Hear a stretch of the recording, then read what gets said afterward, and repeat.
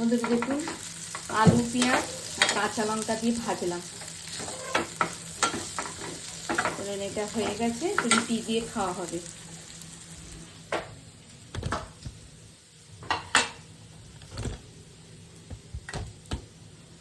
রুটি নিই।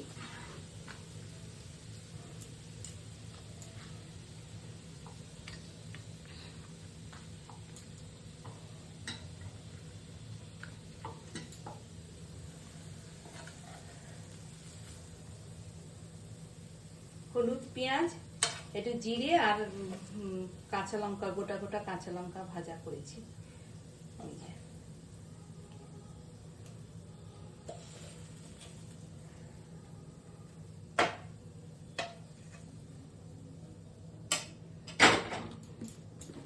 আর একটু দেব এই যে পাঠালি গুড়, দেখুন, আর একটা গাজর সন্দেশ।